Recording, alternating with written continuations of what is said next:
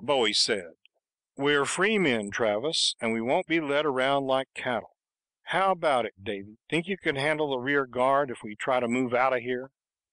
Hell yes, just so we're moving. Okay, put it to a vote of the men outside. Do we stay and maybe get croaked, or do we fall back and conserve our strength until we need it? Take care of it, eh, Davy? Crockett picked up his guitar and went outside. Travis roared, "This is insubordination! Treason!" He drew his saber, but Bowie took it from him and broke it in two. Then the big man pulled his knife. "Stay back, Ord. The Alamo isn't worth the bones of a Britainer either." "Colonel Bowie, please," Ord cried. "You don't understand. You must defend the Alamo. This is the turning point in the winning of the West. If Houston is beaten, Texas will never join the Union. There will be no Mexican War, no California, no nation stretching from sea to shining sea. This is the Americans' manifest destiny. You are the hope of the future. You will save the world from Hitler, from Bolshevism." "Crazy as a hoot owl," Bowie said sadly. "Ord, you and Travis got to look at it both ways. We ain't all in the right in this war. We Americans got our faults too." "But you are free men," Ord whispered. "Vulgar, opinionated, brutal, but free. You are still better than any breed who kneels to tyranny." Crockett came in. "Okay, Jim. How'd it go?" 51% for hightailing it right now." Bowie smiled. "That's a flat majority. Let's make tracks." "Coming, Bill?" Crockett asked. "You're okay, but you just don't know how to be one of the boys. You got to learn that no dog is better than any other." "No," Travis croaked hoarsely. "I stay. Stay or go, we shall all die like dogs anyway. Boys, for the last time, don't reveal our weakness to the enemy." "What weakness? We're stronger than them. Americans could whip Mexicans any day if we wanted to, but the thing to do is to make them talk, not fight. So long, Bill." The two big men stepped outside. In the night there was a sudden clatter of hoofs as the Texans mounted and rode. From across the river came a brief spatter of musket fire, then silence. In the dark there had been no difficulty in breaking through the Mexican lines. Inside the chapel, John Ord's mouth hung slackly. He muttered, "Am I insane? It didn't happen this way. It couldn't. The books can't be that wrong." In the candlelight, Travis hung his head. "We tried, John. Perhaps it was a forlorn hope at best. Even if we had defeated Santa Anna or delayed him, I don't think the Indian nations would have let Houston get help from the United States." Ord continued his dazed muttering, hardly hearing. "We need a contiguous frontier with Texas." Travis continued slowly, just above a whisper, "But we Americans have never broken a treaty with the Indians, and pray God we never shall. We aren't like the Mexicans, always pushing, always grabbing off New Mexico, Arizona, California. We aren't colonial oppressors, thank God. No, it wouldn't have worked out even if we American immigrants had secured our rights in Texas." He lifted a short, heavy percussion pistol in his hand and cocked it. "I hate to say it, but perhaps if we hadn't taken Paine and Jefferson so seriously, if we could only have paid lip service and done what we really wanted to do in our hearts. No matter.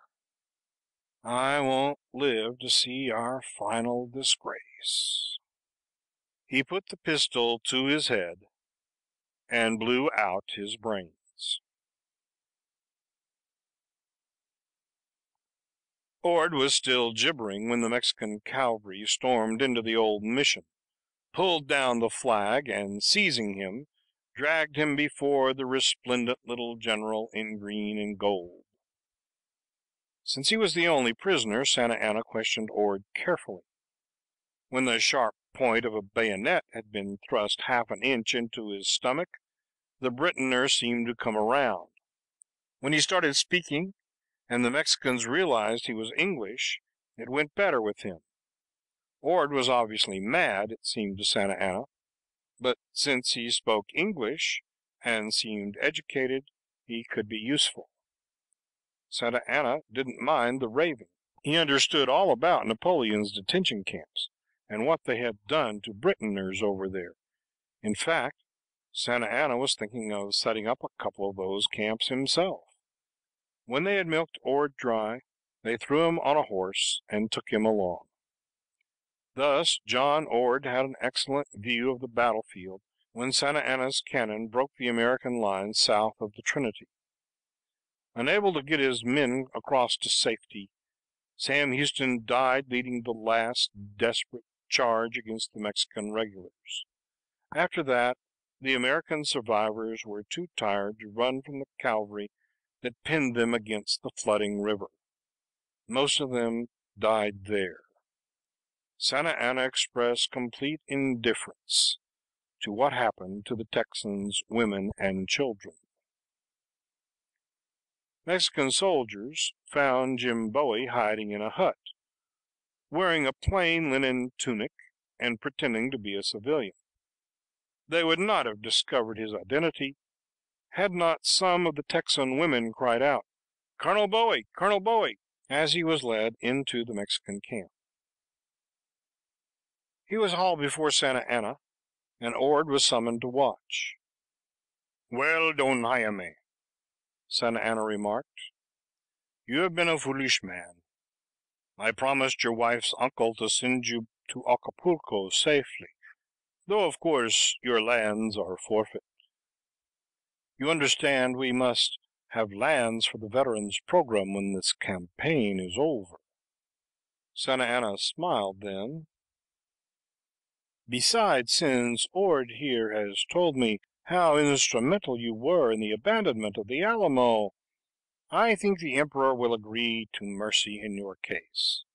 You know, Don Jaime, your compatriots had me worried back there. The Alamo might have been a tough nut to crack. Pues, no matter." And since Santa Anna had always been broad-minded, not objecting to light skin or immigrant background, he invited Bowie to dinner that night. Santa Anna turned to Ord. "But if we could catch this rascally war criminal Crockett. However, I fear he has escaped us. He slipped over the river with a fake passport, and the Indians have interned him." "Si, Senor Presidente," Ord said dully. "Please don't call me that," Santa Anna cried, looking around. "True, many of us officers have political ambitions, but Emperor Iturbide is old and vain. It could mean my head." Suddenly Ord's head was erect, and the old clear light was in his blue eyes. "Now I understand!" he shouted. "I thought Travis was raving back there before he shot himself.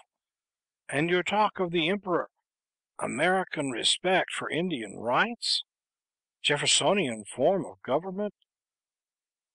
Oh, those Ponces who peddled me that X4A, the track jumper. I'm not back in my own past. I've jumped the time track. I'm back in a screaming alternate. Please, not so loud, Senor Ord." Santa Anna sighed. "Now, we must shoot a few more American officers, of course. I regret this, you understand, and I shall no doubt be much criticized in French Canada and Russia, where there are still civilized values. But we must establish the Republic of the Empire once and for all upon this continent. That aristocratic tyranny shall not perish from the earth. Of course, as an Englishman, you understand perfectly, Senor Ord."